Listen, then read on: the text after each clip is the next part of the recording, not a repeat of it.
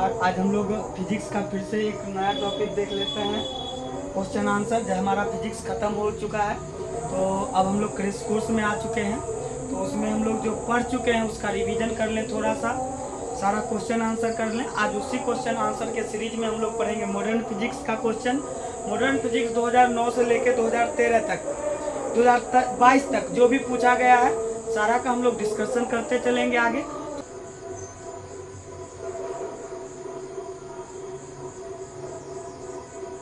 चलिए, ये 2009 का पूछा गया क्वेश्चन है। क्वेश्चन कहता है मूलभूत गेट की संख्या कितना होता है? 3 होता है।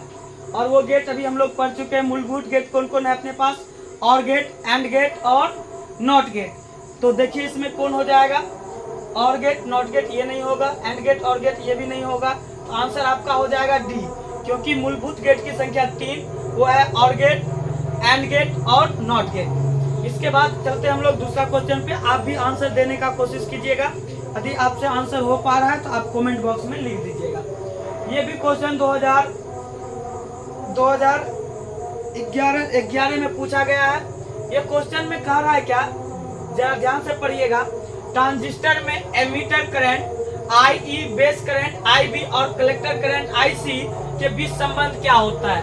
तो आपको पढ़ाया गया है कि IE बराबर होता है, आपको बताया गया है कि IE बराबर होता है IB प्लस में होता है IC। हमको IB का मान निकालना है, तो इसको हम लोग क्या करेंगे, ये प्लस में इधर आके माइनस हो जाएगा। तो IE माइनस क्या हो जाएगा? IB, IE माइनस हो जाएगा IC, आपका निकल क्या जाएगा? IB। तो IB बराबर क्या हो जाएगा? IE minus IC।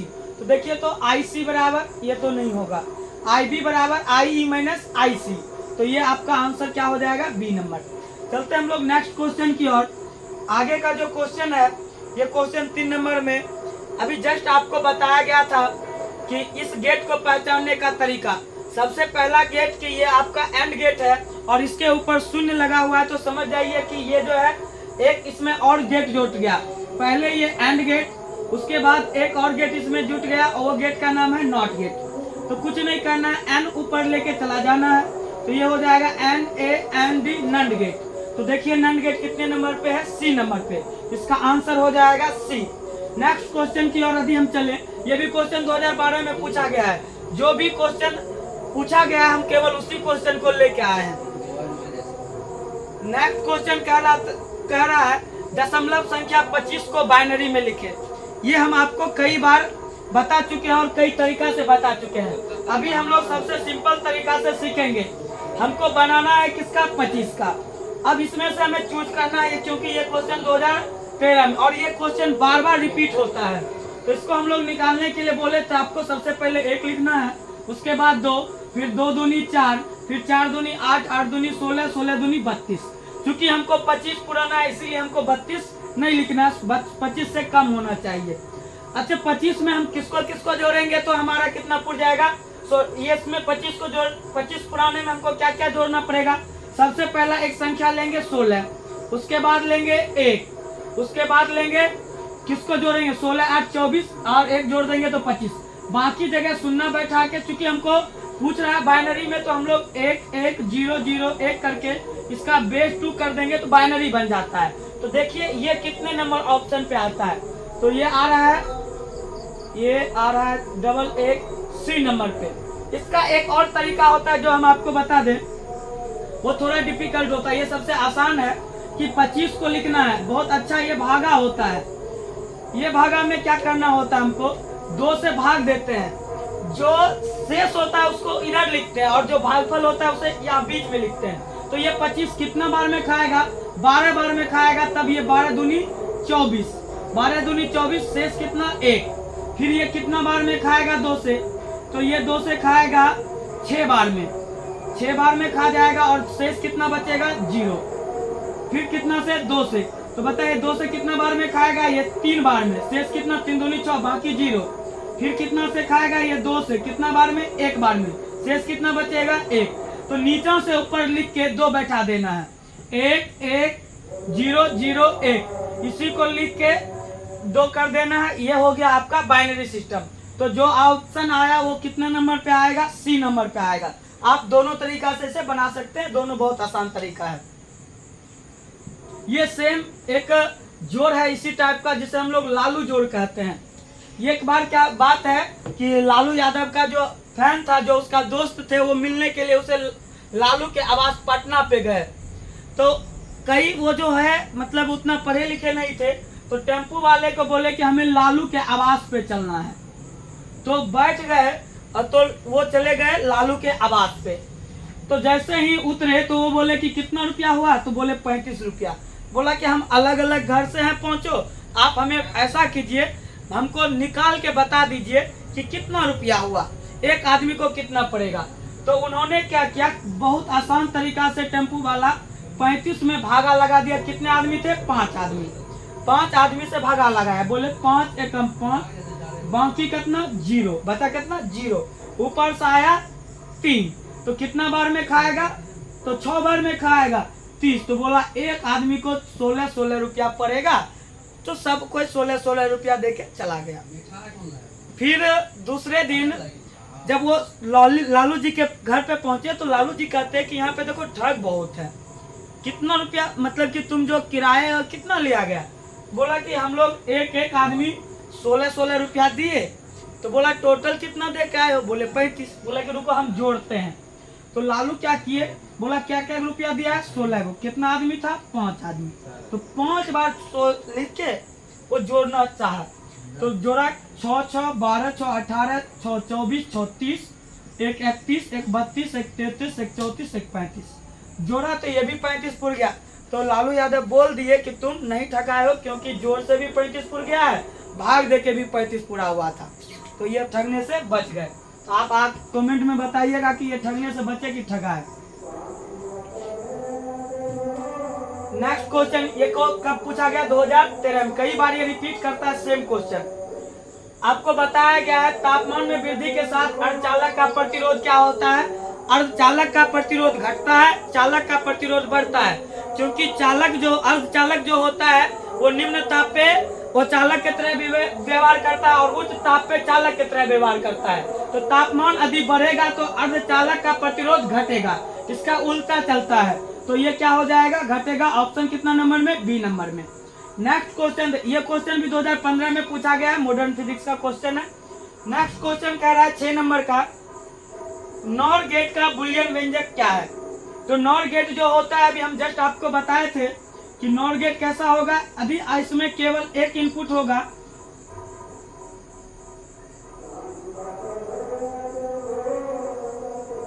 अभी ऐसा आप फोटो देखिएगा तो समझ जाइएगा नॉर गेट है। और इसमें हम लोग इनपुट दे दें, एक इनपुट का नाम ए, एक इनपुट का नाम बी, और आउटपुट हमें प्राप्त होगा वाई। और y बराबर जो होता है वो क्या होता है, a प्लस बी का बार। यदि ऐसा बुलियन व्यंजक पूछा जाए तो ऑप्शन देखिए कितने नंबर पे आपको मिल जाएगा, डी नंबर पे। ऑप्शन क्या हो जाएगा, डी। आपको ये बताया गया क्वेश्चन, और ये क्वेश्चन 2015 में पूछा भी गया है। तो आप लोग क्वेश्चन को ध्यान में रखते हुए सारे क्वेश्चन को कॉपी में लिख लीजिएगा। नेक्स्ट क्वेश्चन कह रहा है कि पी टाइप अर्धचालक में बहुसंख्यक करंट कैरियर, जो करंट का वाहक होता है वो कौन होता है, होल होता है, छिद्र होता है। ये कई बार आपको क्लास में लिखाया भी गया है और बताया भी गया है। 8 नंबर क्वेश्चन की ओर चलें तो 8 नंबर क्वेश्चन अभी जस्ट ऊपर में चर्चा किए थे हम लोग नॉर गेट का, और ये क्वेश्चन फिर से 2016 में रिपीट किया हुआ है। और फिर इससे बैक में देखिएगा तो ये क्वेश्चन 2015 में भी रिपीट किया हुआ है, सेम एक ईयर के बाद रिपीट किया हुआ है। तो इस पे आप लोग ज्यादा ध्यान दीजिएगा, क्योंकि इसका बुलियन व्यंजक बहुत बार पूछा गया है। तो नॉर गेट है तो सबसे पहले और गेट पहचानना है। और गेट का बुलियन व्यंजक क्या होता है, ए प्लस बी। और एन का मतलब होता है धरती पे वो नहीं है तो उसके ऊपर क्या दोहरा देना है, चद्दर। तो ए प्लस बी का बार हो जाएगा, ये हो जाएगा आंसर डी।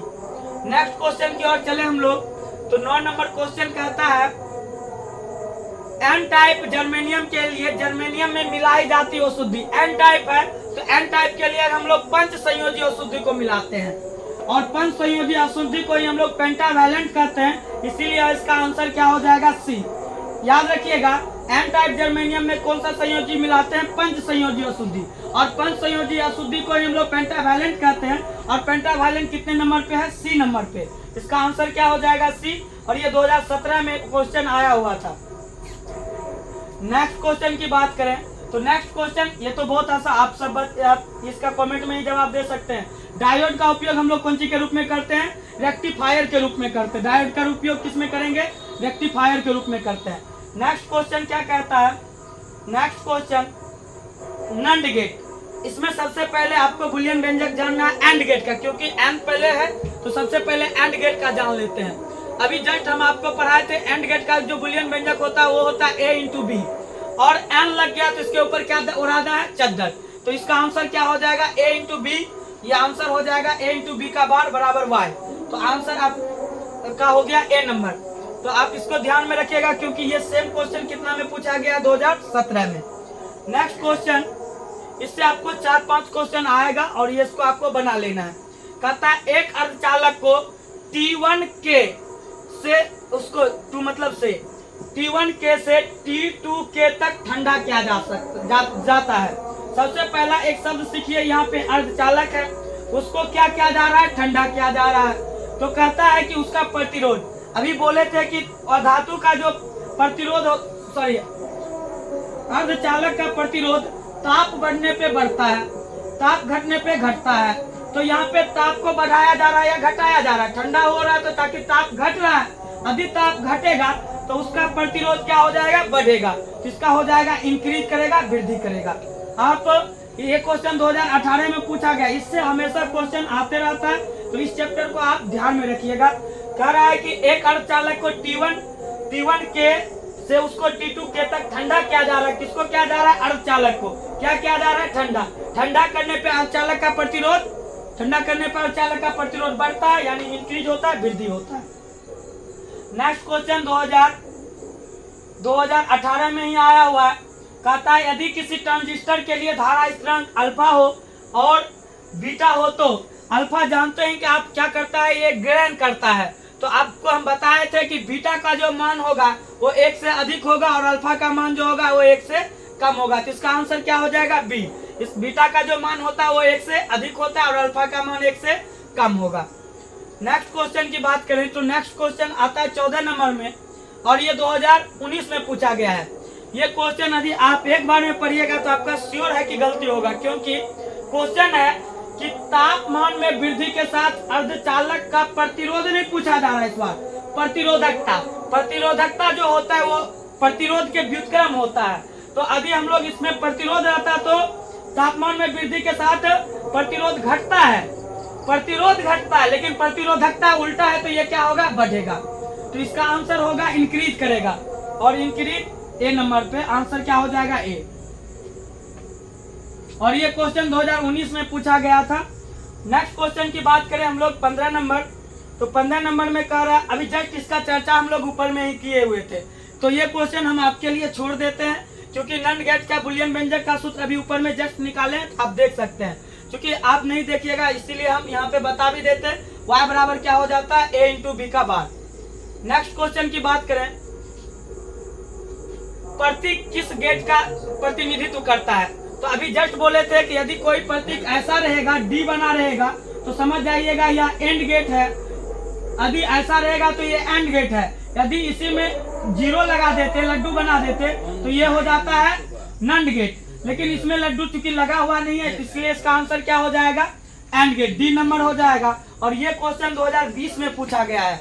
ये क्वेश्चन, ये सारे क्वेश्चन पे आपको ध्यान देते रहना है, क्योंकि ये सारा क्वेश्चन बंद किए कि सर दबा दे।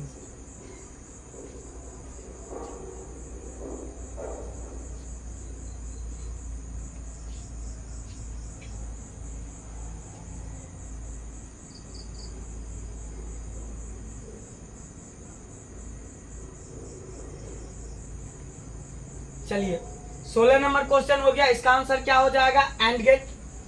नेक्स्ट क्वेश्चन की बात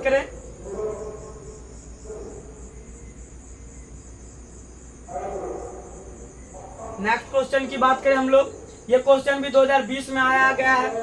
कहता है 17 नंबर क्वेश्चन, पी टाइप में सेमीकंडक्टर में अधिकांश बाहर कौन होता है?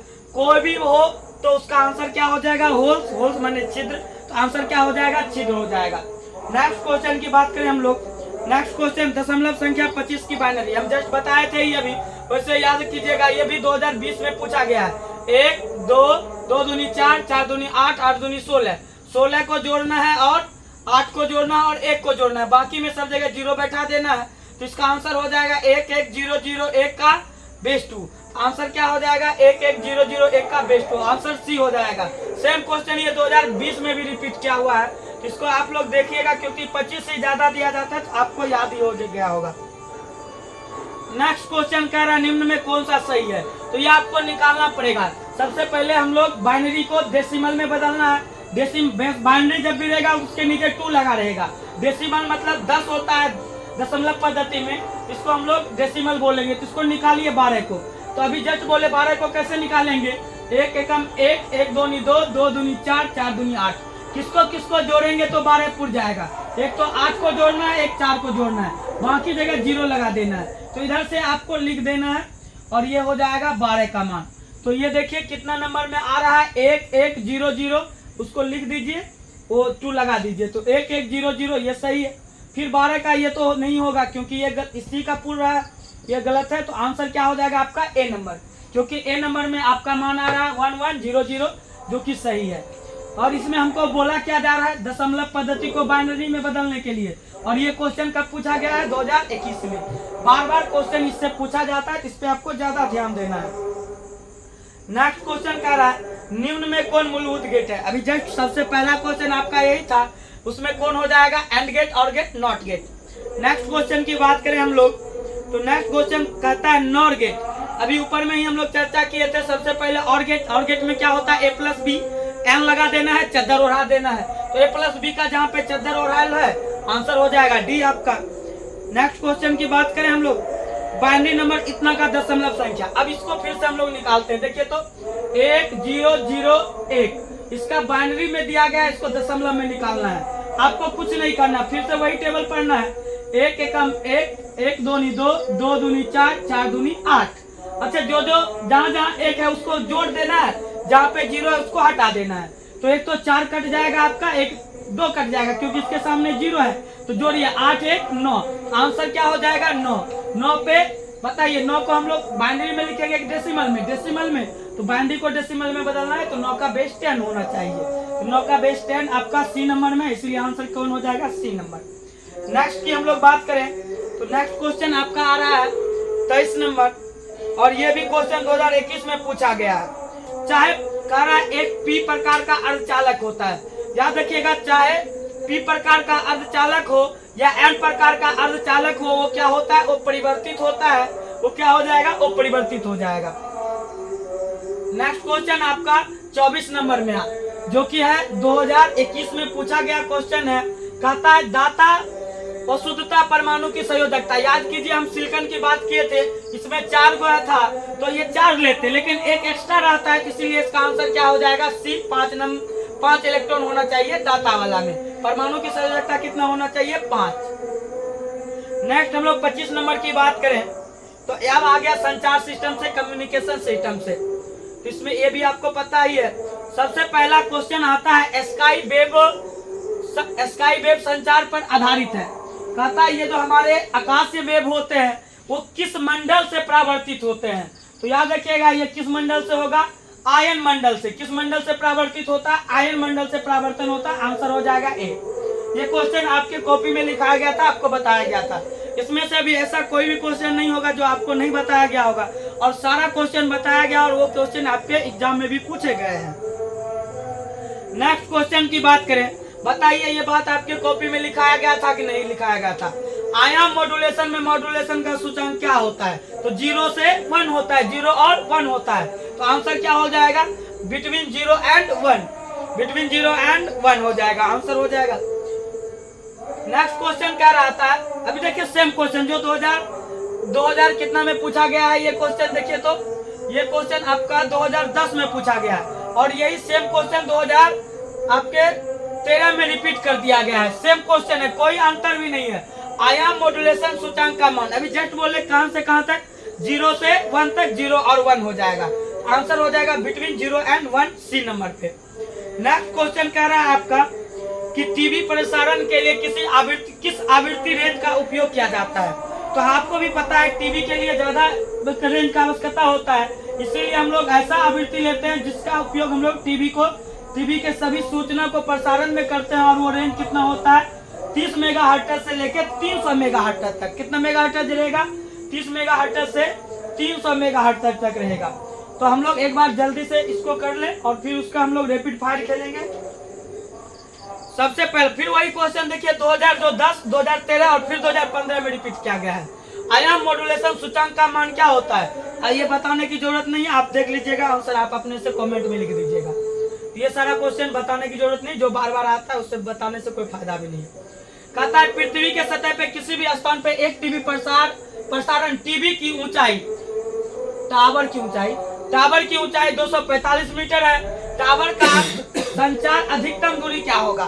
तो हम आपको बताए थे कि बताइए dt बराबर हमको क्या निकालना है, dt बराबर सूत्र क्या होता है आपका, √2 पृथ्वी का त्रिज्या कितना है, 6400 किलोमीटर। तो यहाँ पे डाल देंगे 6400 किलोमीटर। और बोलिए यहाँ पे ऊंचाई टावर का कितना दिया गया है, 245। हालांकि इसका आंसर तो आपको याद ही हो गया होगा, क्लास में बताया ही गया है। और इसको हम लोग बना दें मीटर को किलोमीटर में, तो 1000 से भाग लगाएंगे तो 2 जीरो से 2 जीरो कट जाएगा, 2 पंचे 10 कट जाएगा, 5 से कितना बार में कटेगा, सर 49 बार में, 49 बार में कट जाएगा। और रूट अंडर आपका आ गया 64 इंटू 49। आपको पता ही है कि रूट अंडर 64 का निकालेंगे तो 8 और 49 का निकालेंगे तो 7, 56 किलोमीटर आंसर आ जाएगा इसका। तो 56 किलोमीटर किसका आंसर आ जाएगा। हमेशा यही क्वेश्चन भी आता है, तो ये आपको याद रख लेना, ये बार बार आता है। और जितना बार आया है इसकी टावर की ऊंचाई 245। बहुत अच्छा लगता है हमको भी बिहार बोर्ड का ये रुतबा देख के।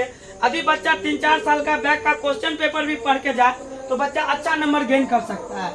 तो ये बहुत अच्छा क्वेश्चन भी था और ये 2 नंबर में भी आता है और ये आपका ऑब्जेक्टिव में भी आया हुआ है। नेक्स्ट क्वेश्चन की हम लोग बात करें तो नेक्स्ट क्वेश्चन कहता है फैक्स का अर्थ होता है। हम आपको दिखाए थे पूरा इसका फैक्स का फुल फॉर्म होता है, क्या होता है, फेस स्माइल टेलीग्राफ।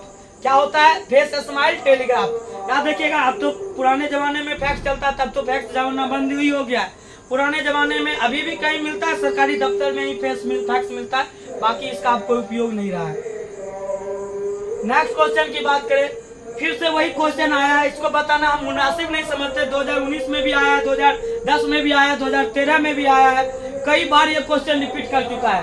तो बोलिए आयाम मॉड्यूलेशन में मॉड्यूलेशन सूचकांक 0 और 1 होता है। आंसर तो आपको पता ही होगा। बताइए इसका आंसर जस्ट ऊपर में हम लोग किए थे, टावर का ऊंचाई देखे तो निकाले थे, कितना किलोमीटर आया था, 56 किलोमीटर। अभी देखिए कुछ देर पहले उसको भी देखे थे, अभी ये 2019 में फिर से रिपीट कर गया। और ये क्वेश्चन देखिए तो फिर से एक बार क्या पे आया था, ये क्वेश्चन आया है, एक मिनट, 2017 में ये क्वेश्चन आया था, फिर 2019 में सेम क्वेश्चन आ गया है।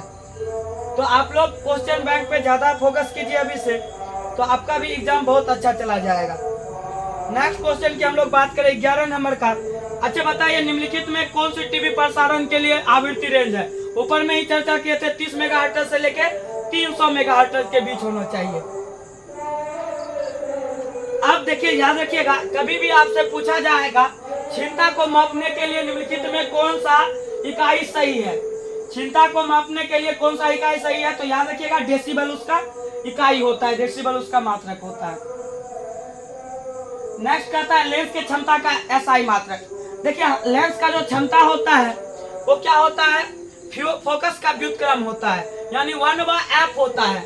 और फोकस को हम लोग मीटर में मापेंगे तो ये हो जाएगा मीटर -1। तो यदि हम लोग इसी को लिखे एसआई मात्रक में तो इसका डायोप्टर हो जाएगा। कई बार हम बच्चे को पढ़ा के भेजते हैं डायोप्टर, वहाँ पे डायोप्टर को बड़ी डी से स्विच करते हैं, यहाँ से डायोप्टर पढ़ा के भेजते हैं और एग्जाम में आ जाता है मीटर -1, तो बच्चा गलत करके चला आता है, मीटर इनवर्स को नहीं लिख पाता है। याद रखिएगा इसका मान ये भी है और उसको उससे लिखा भी जा सकता है। इसमें आप अपना आंसर देख लीजिए और मार लीजिए, ये आपके ऊपर है कि इसका कमेंट कर दीजिएगा, आंसर ए होगा, बी होगा या सी होगा। आंसर आपको बता दिया गया, आपको बताना है इसका आंसर क्या होता है। ये आपका आ गया ऑप्टिक्स नामक, ऑप्टिक्स से सारा क्वेश्चन अभी चल रहा है। नेक्स्ट क्वेश्चन कह रहा है कि समतल दर्पण की वक्रता त्रिज्या, कभी भी समतल दर्पण हो तो उसकी वक्रता त्रिज्या इन्फिनिटिव अनंत हो जाती है, याद रखिएगा। ये क्वेश्चन कितना में पूछा गया? 2011 में। तो आपका इस पे ज्यादा ध्यान होना चाहिए, ये क्वेश्चन सारे इंपॉर्टेंट है। अच्छा, ये क्वेश्चन तो हम आपको बताए ही थे, इसका ऑप्शन बताना हमको जरूरी नहीं लगता है। ऑप्टिकल फाइबर किस सिद्धांत पे कार्य करता है? बच्चा भी जानता है कि प्रकाश के पूर्ण आंतरिक परावर्तन के सिद्धांत पे कार्य करता है, टोटल इंटरनल रिफ्लेक्शन के सिद्धांत पे कार्य करता है ये। नेक्स्ट क्वेश्चन 8 नंबर में कह रहा है जब प्रकाश की किरण कांच के स्लैब में प्रवेश करती है तो उसकी तरंग दैर्ध्य क्या होगा? तो जब भी प्रकाश विरल माध्यम से सघन माध्यम में जाता है, उसका चाल हो, वेग हो, तरंग दैर्ध्य हो, उसका सारा घट जाता है, याद रखिएगा। तो ये कहां से जा रहा है? कांच, जब भी प्रकाश की किरण कहां जा रहा है? कांच के स्लैब में प्रवेश कर रहा है। तो कांच का जो स्लैब होता है वो सघन माध्यम होता है, इसीलिए उसका चाल क्या हो जाएगा? डिक्रीज हो जाएगा, यानी घट जाएगा।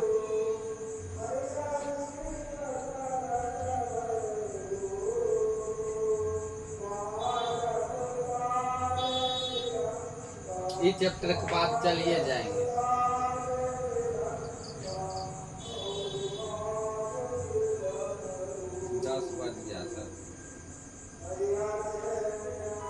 नेक्स्ट क्वेश्चन आया है निकट दृष्टि दोष वाले व्यक्ति, एक मिनट,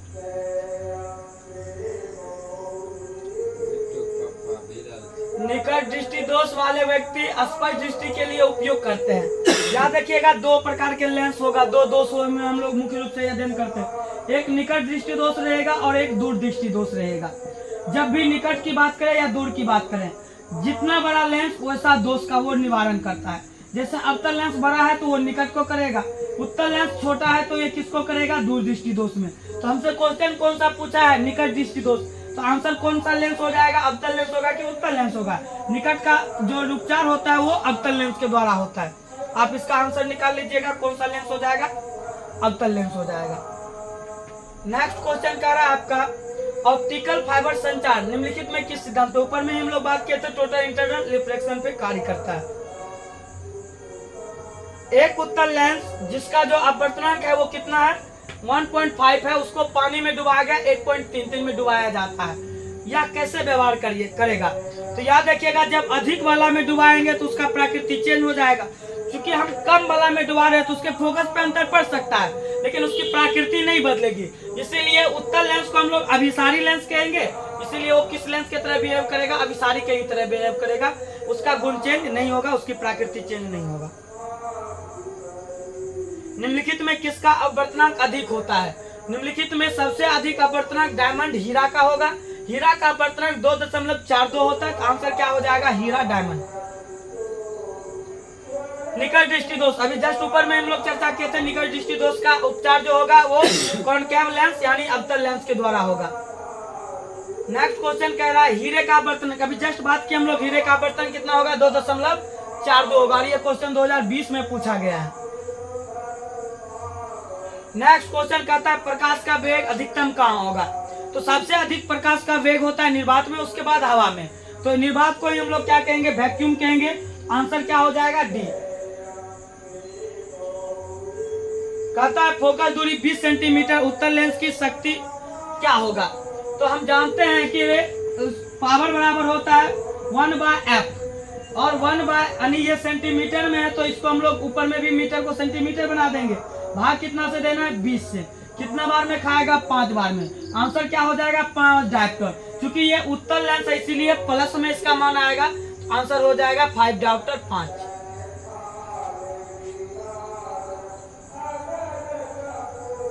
प्रकाश वर्ष किस भौतिक राशि का इकाई है? तो याद रखिएगा, प्रकाश वर्ष से ये से कभी मत सोचिएगा प्रकाश को मापा जाता है। प्रकाश वर्ष जो मात्रक है वो समय का मात्रक है, टाइम का मात्रक है, इसीलिए इसका आंसर बी हो जाएगा। प्रकाश वर्ष से हम लोग समय को मापते हैं, दूरी को मापते हैं, डिस्टेंस हो जाएगा, समय नहीं, सॉरी, ये डिस्टेंस हो जाएगा। प्रकाश वर्ष से हम लोग किसको मापते हैं? दूरी को मापते हैं। आंसर डिस्टेंस हो जाएगा, दूरी हो जाएगा। ये हम लोग का लास्ट क्वेश्चन है। कारण निम्नलिखित में कौन सा नेत्र दोष उत्तल लेंस द्वारा दूर किया जाता है?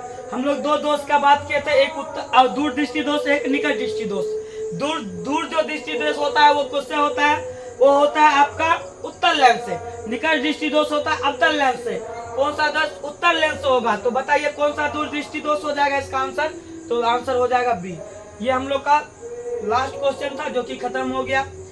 एक बार हम लोग जल्दी जल्दी कर लें। निम्नलिखित में कौन सा दोष, किसका आंसर क्या हो जाएगा, दूरदृष्टि दोष।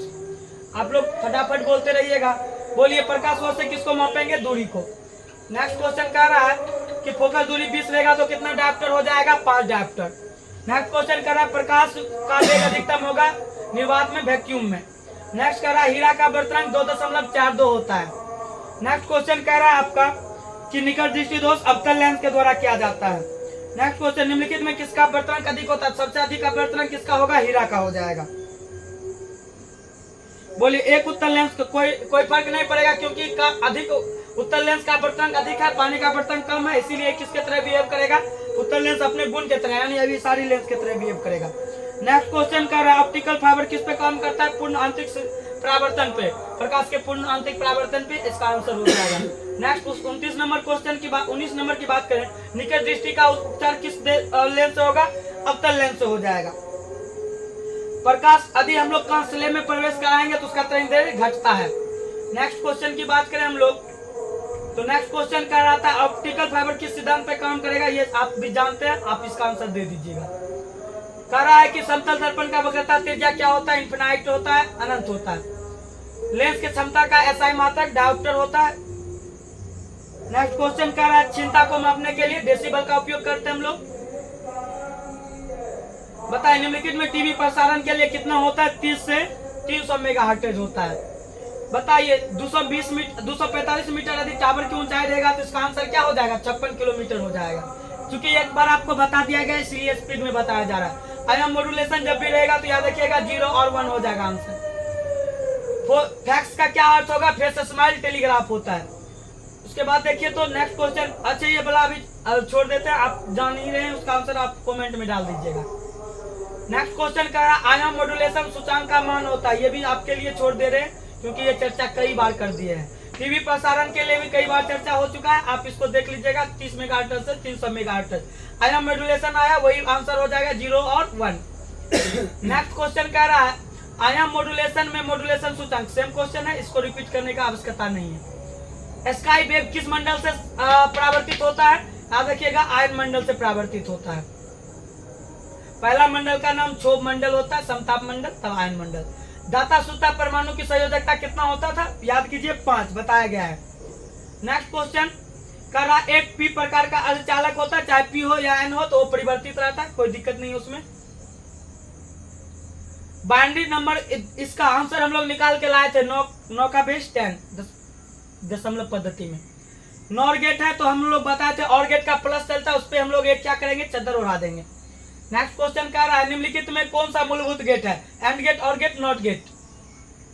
नेक्स्ट क्वेश्चन कह रहा है निम्नलिखित में कौन सा सही है, आप इसका निकालने के लिए बता दिए, आप देख लीजिएगा क्योंकि 12 का 10 बैठ सकते हैं तो ये आता है मन, आप चेक कर सकते हैं। दशमलव संख्या में 25 का बाइनरी कितना होता है, तो याद रखिएगा 11001 होता है, नहीं तो आपको बताया गया पीछे, आप इसके पीछे जाके देख सकते हैं, इसको निकालने के लिए भी बता दिया गया है। पी टाइप सेमीकंडक्टर में अधिकांश भाग कौन होता है, छिद्र होता है, होल्स होता है, ये बात भी बताया गया आपको। किस गेट का प्रतिनिधित्व करता है, तो आप देख के बता सकते हैं ये डी के आकार का है तो इसलिए इसको हम लोग एंड गेट बोलेंगे। नंड गेट का आपको ऊपर छोड़ देते हैं क्योंकि ये आपको पता है कि एंड गेट का होता है ए इंटू बी, एन लगा हुआ है तो उसके ऊपर आप लगा दीजिएगा चद्दर, आप समझ गए होंगे। तापमान के वृद्धि के साथ अर्धचालक की प्रतिरोधकता जो होता है वो क्या होता है, प्रतिरोध घटता है लेकिन प्रतिरोधकता बढ़ता है, इसीलिए आंसर ए हो जाएगा, इंक्रीज हो जाएगा। अधिक किसी ट्रांजिस्टर के लिए धारा स्थिरांक अल्फा और बीटा हो तो क्या वो बोले थे, बीटा का मान जो होगा 1 से अधिक होगा, बीटा का मान मोर देन 1 होता है और अल्फा का मान जो होता है लेस देन 1 होता है। एक अर्धचालक को ठंडा किया जाएगा तो आप समझ रहे हैं कि उसका प्रतिरोध बढ़ जाएगा, वृद्धि करेगा, इंक्रीज करेगा। एंड गेट के लिए बुलियन व्यंजक क्या हो जाएगा, आपको बताया गया, आप चेक कर सकते हैं, आपको मिल जाएगा आंसर। डायोड का प्रयोग किसके रूप में करते हैं, रेक्टिफायर के रूप में करते हैं। नेक्स्ट क्वेश्चन आया पी टाइप जर्मेनियम के लिए दोनों हम लोग कौन सा मिलाते हैं, पेंटावैलेंट या पंच संयोजी अशुद्धि को मिलाते हैं। और नॉर गेट का आपको बताया गया है, और गेट में ही आपको एन लगा के यानी चद्दर उड़ा देना, और गेट का होता है ए प्लस बी, उसके ऊपर उड़ा देना, y बराबर हो जाएगा ए प्लस बी का बार। पी टाइप अर्धचालक के लिए ये भी क्वेश्चन क्या गया है, छिद्र हो जाएगा इसका आंसर। नेक्स्ट आता है नॉर गेट के लिए बुलियन व्यंजक क्या हो जाएगा। नॉर गेट के लिए बुलियन व्यंजक जो होगा आपका वो क्या हो जाएगा, आपको भी पता है A+B का बार हो जाएगा। तापमान वृद्धि के साथ अर्धचालक का प्रतिरोध क्या हो जाएगा, प्रतिरोध जो है वो क्या हो जाएगा, घट जाएगा, डिक्रीज करेगा। दशमलव पद्धति में 25 का बाइंडिंग क्या हो जाएगा, 11001 हो जाएगा बेस 2। निम्नलिखित मतलब कि चित्र में दिखाया गया लॉजिक गेट कौन हो जाएगा। देखिए एंड गेट है, पहले एक लड्डू बट गया है, इसमें एन लगा देना, एंड से पहले एंड लगाओगे तो नंड गेट हो जाएगा। ट्रांजिस्टर में एमीटर का करंट अभी जस्ट हम लोग निकाल के भी बताए थे, IB बराबर होता है I - IC। और ये हम लोग का पहला क्वेश्चन जो था मूल गेट जो है आपका 3 ही है, and gate, or gate, not gate, और ये आपका फिजिक्स का रिवीजन समाप्त हो गया। मिलते हैं हम लोग नेक्स्ट क्लास में। लीजिए।